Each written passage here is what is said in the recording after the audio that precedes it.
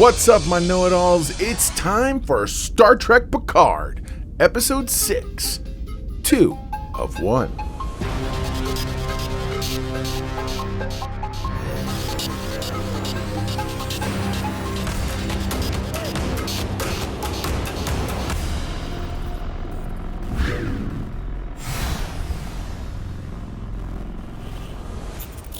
Hey, what's going on, everybody? I am so excited for what is going to happen in this episode. I can't wait. We got to get into it.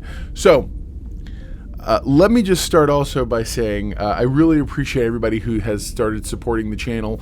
Make sure you guys press the like button, specifically because the like button is what ultimately lets other people know about the show.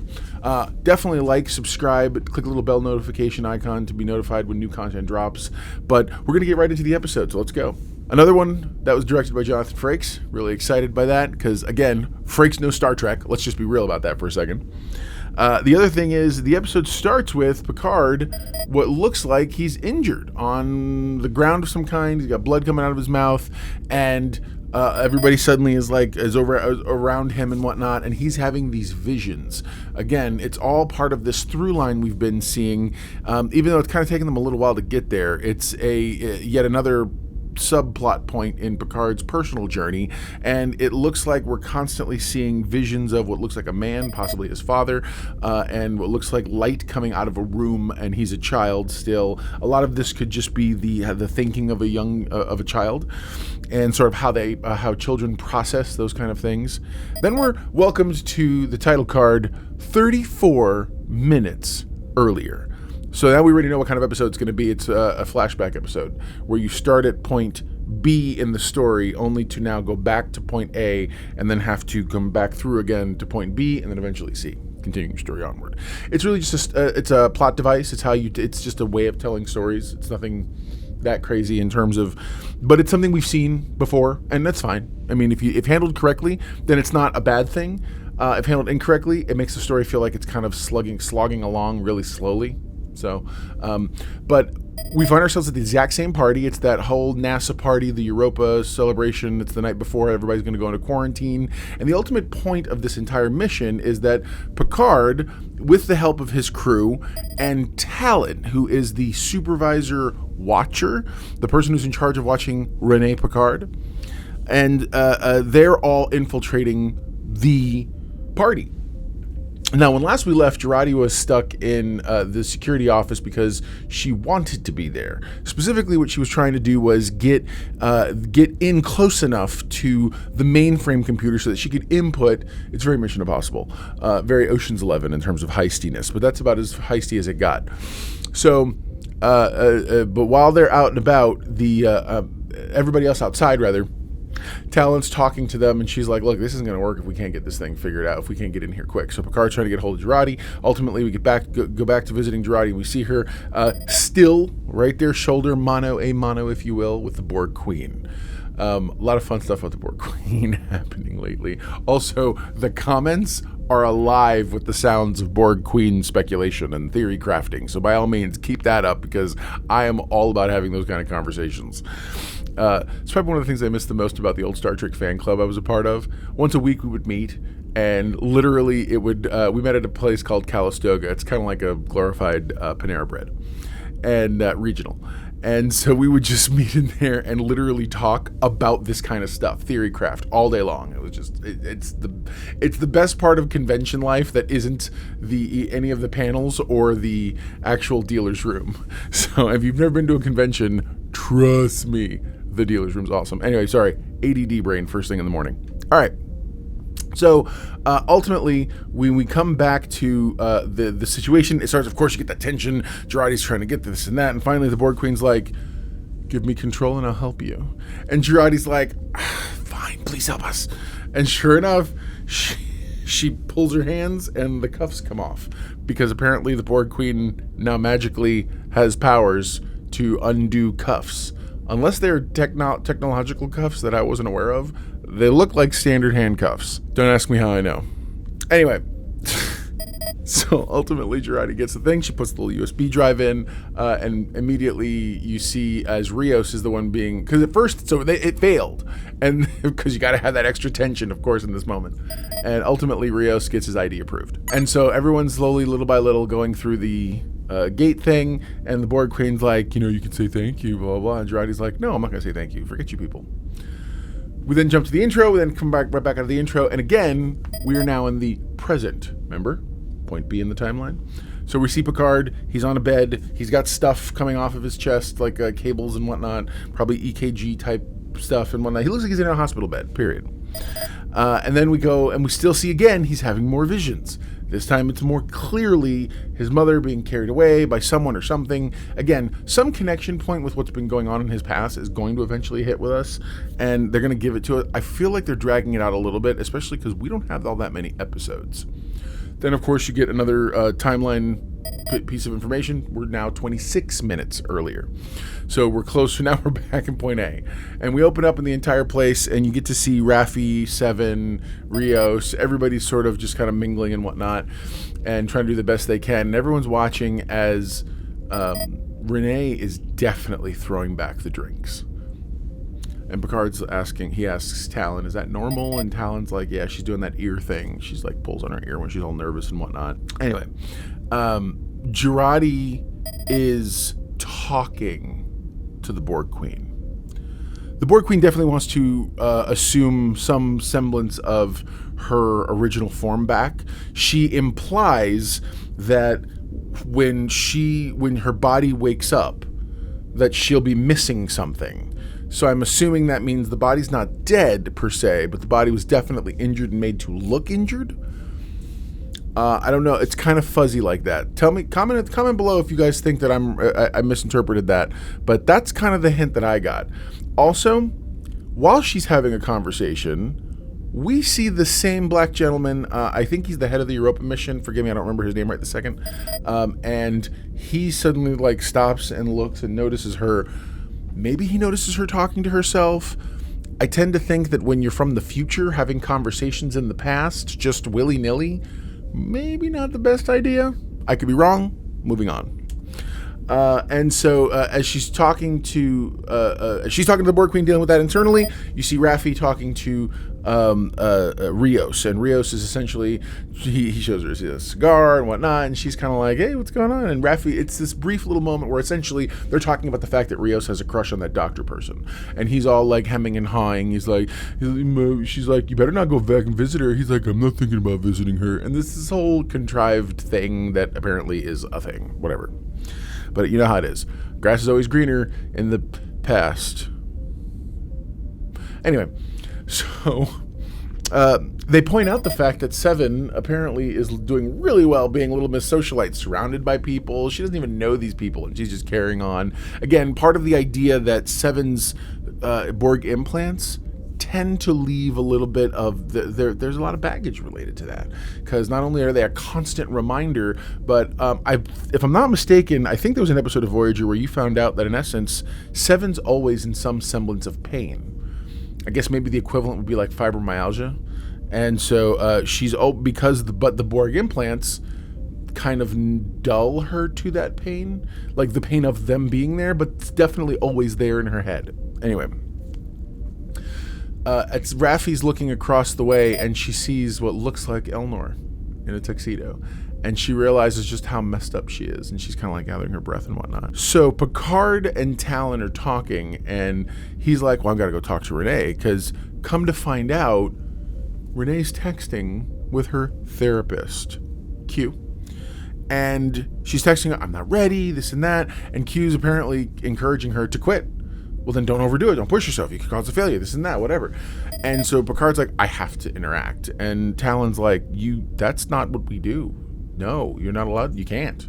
And so he's got to sort of convince her, hey, look, I get it. I get what you think you have to do, but let me do this, because we've got to, we can't fail here.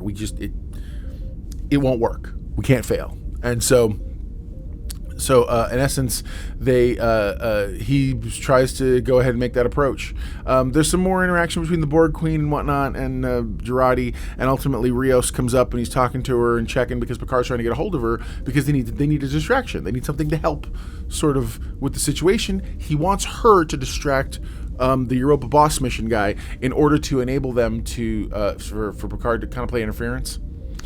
And so what does the Borg Queen have Jurati do? Stop being a big wuss and lays a big old smacker on Rios. Yeah, that's right. They're which now great. Now we have to have this emotional relationship tension. Okay, I'm down, and it's fine, whatever. Meanwhile, while she's drinking, she's just feeling, going back to Renee Picard, forgive me. While she's drinking, she's starting to just have these big flashbacks about what she can't do, and so about just how badly she failed in the test flight. So finally Picard's like, look, I can't wait for Jurati anymore, I gotta go try. And as he's approaching her, you see he's met by Adam Soong. Adam Soong shocks and surprises him and basically is like, look, we both know that we have a mutual friend, Q, and I have to stop you. I have to stop Renee from going up there no matter what. You don't know what's at stake. And ultimately he's like, look, so then the lady who runs the entire event comes up and is like, oh, thank you, Professor Soong, for your contribution.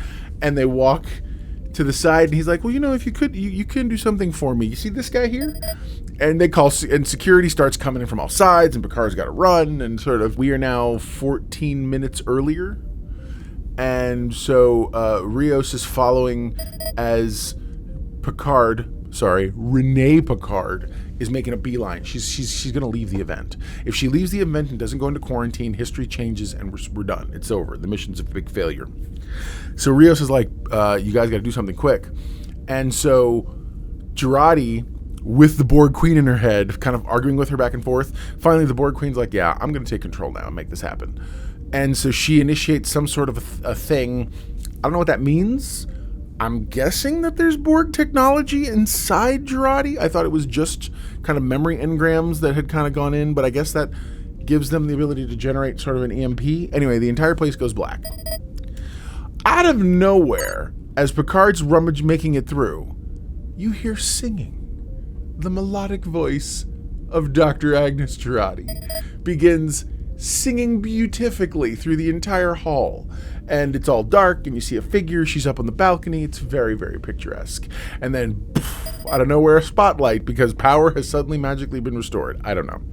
And music begins playing, and she walks down, and the spotlight follows, and next thing you know, and meanwhile, Renee is crying. She's privately at a display, whatever, and she's just mentally, she's done. Poor Renee. I mean, she's really just, it's rough. She's in a bad emotional state. And so Picard's like, look, I gotta go help. I gotta figure this thing out. And sure enough, there's Jurati finishing up the song, and the Borg Queen is next to her, and she's like, yeah, that's all I needed. Apparently something to do with the endorphins, the serotonin hit. The hormones are strengthening the Borg Queen's mental resolve in her head. And then there's a brief moment where you get to see sort of black, because black is the color of evil, apparently.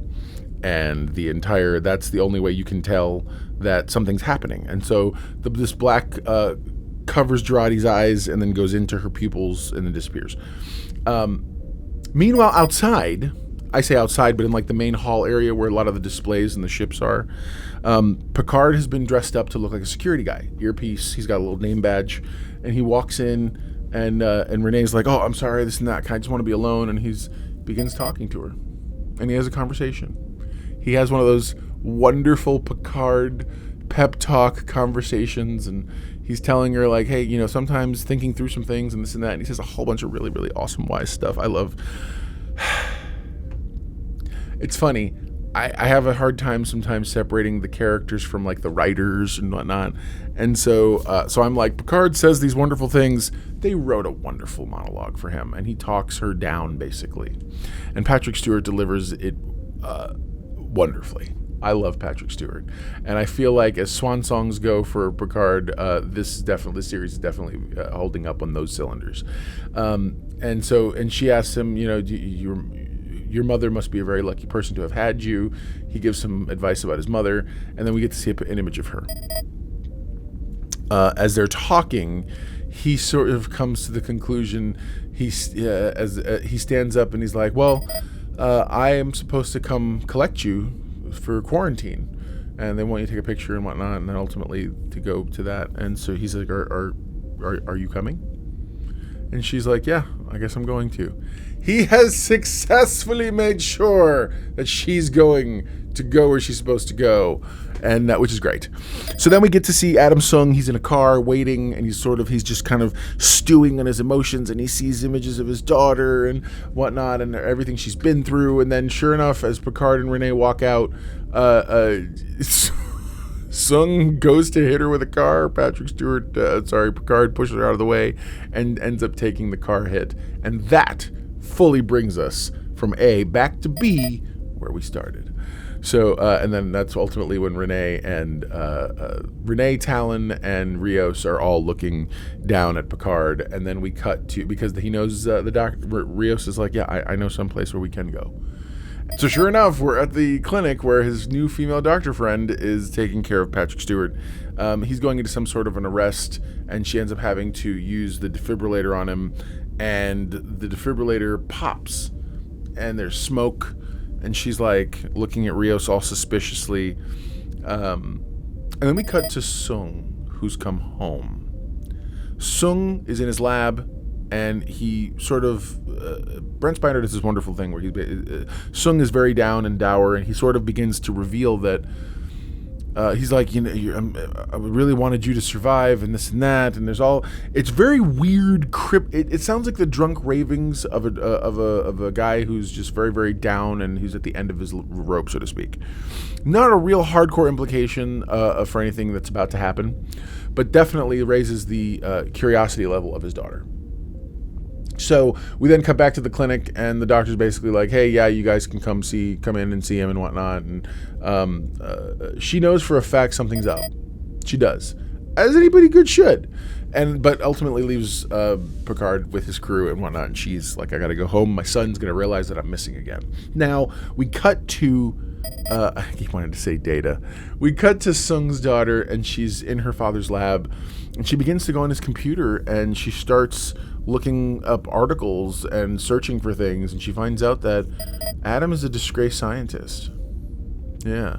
Mad scientist is even bandied about. And she begins to find videos. They're videos of her, seemingly her as a child, but she doesn't recognize any of these. There's videos and pictures of a life that's completely alien to her. So, and she's like, "Why is this?" and whatnot. They did an excellent job, by the way, photoshopping and kids together, because they use old pictures of Brent Spiner and whatnot. Anyway, so she begins until she finally she hears him talking about all the various genetic failures, and I'm guessing she's a clone.